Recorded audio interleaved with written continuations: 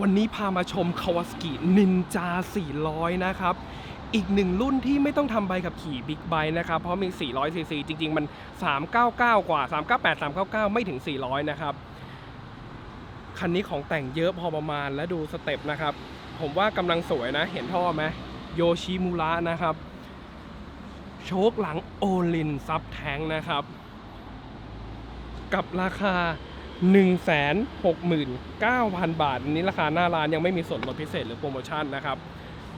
มาสตาร์ทเลยดีกว่าว่าเสียงเป็นยังไงมีพวงกุญแจ30แรงแมวด้วย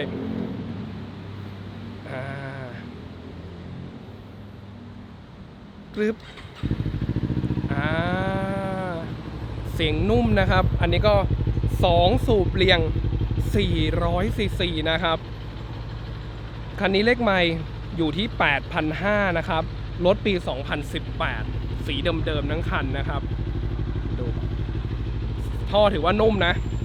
ถือว่าเสียงท่อนุ่มอยู่อันนี้ไม่มีจุดอุดลดเสียงนะครับแต่ก็ถือว่าท่อสเต็ปไม่ได้ดังอะไรมากแต่ลมนี้ผมว่าเล่นก็ดังหน่อยแหละแต่ก็ผมว่าโดยประมาณอาจจะแบบไม่ได้ลั่นทุ่งขนาดนั้นเพราะท่อมันเป็นทรงยาวนะครับ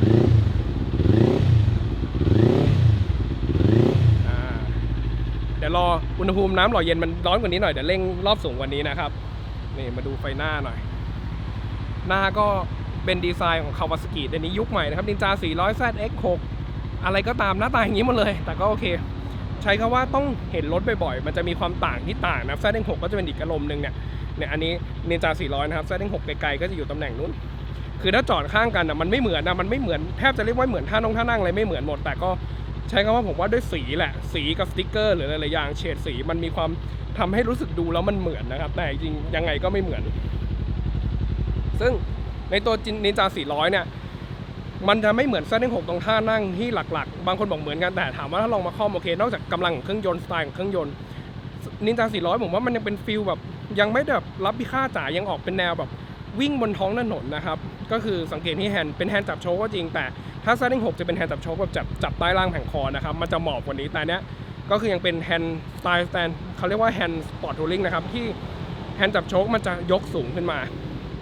ทำให้ท่านขับขี่มันสบายกว่าแต่ก็เวลาวิ่งทางไกลเดินทางไกลหรือใช้ความเร็วมันก็จะแบบเราจะเก็บเขาเรียกว่าเก็บคองอเข่าได้ง่ายกว่าสไตล์รถแฮนด์แบบแน็กเก็ตนะครับหรือแฮนด์ที่เป็นแฮนด์บราวนะครับรถมีระบบเบรก ABS นะครับหน้าหลังจานดิสเบรกอยู่ฝั่งขวานะครับคาลิเปอร์เบรกเป็นแบบแอ็กเซลเมาส์ทุกเรเดียนพอดีไอ้2คันเมื่อกี้มันเรเดียนเลยติดปากครับแอ็กเซลเมาส์นะครับแต่มาดูจุดหนึ่งเราจะเห็นเบรกหน้าเนี่ยปั๊มเบรกหรือคาลิเปอร์เบรกที่เป็น2พอร์ตนะครับฝั่งขวาฝั่งเดียวอันนี้เป็นเรื่องปกติสำหรับคาร์ประมาณ 300-400 ซีซีเป็นเรื่องปกติแล้วแต่มาดูล้อหลังแม่เจ้าเบรกหลังก็เป็นดิสเบรกเหมือนกันแต่สังเกตที่คาลิเปอร์นะโดยปกติรถทั่วไปเนี่ยเราจะเห็นเขาเรียกว่าเบรกหลังมันจะเป็นลูกสูบเดียวลูกสูบโตนะครับแต่อันเนี้ยเบรกหน้ากับเบรกหลังใช้คำว่าไซส์เดียวกันเลยแล้วเบรกหลังก็คือจะเป็น2สูบพอร์ตโตนะครับไม่ใช่พอร์ตโตใช้2สูบพอร์ตเล็กแล้วกันมันไม่ใช่ปกติถ้าเจอโดยปกติเนี่ยที่ผมบอกมันจะเป็นแบบพอร์ตเดีย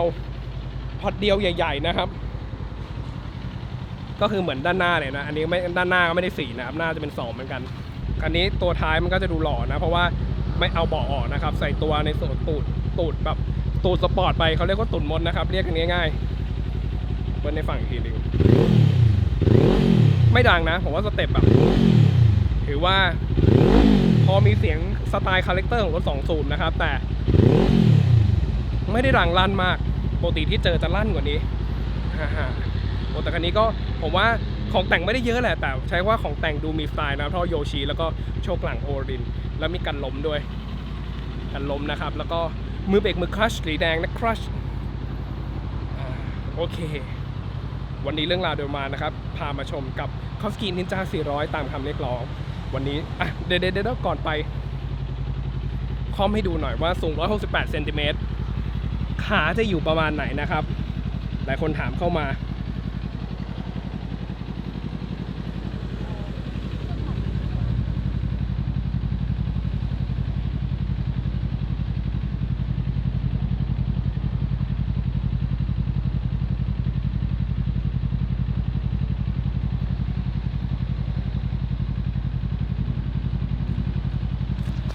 ส้นเท้าเกือบถึงพื้นนะครับผมใส่รองเท้าแตะถ้าเกิดใส่รองเท้าแบบขี่มอเตอร์ไซค์หรือรองเท้าแบบพวกรองเท้าปกติรองเท้าเต็มใบเนี่ยก็รองเท้าเต็มใบพูดเป็นหมวกกันน็อกเลยเอาว่ารองเท้ารองเท้าที่ไม่ใช่รองเท้าแตะนะครับใส่จอร์แดนก็ได้ครับว่าขาถึงพื้นเต็มแน่นอนนะครับสำหรับส่วนสูงที่ประมาณ160-170โดยประมาณนะครับ160 ต้นก็ขย่งหน่อย150ไปปลายก็ยังพอขย่งได้อยู่นะรถมันไม่ได้สูงมากนะครับโอเคไปจริงๆละแล้วเจอกันใหม่คลิปหน้าสวัสดีครับ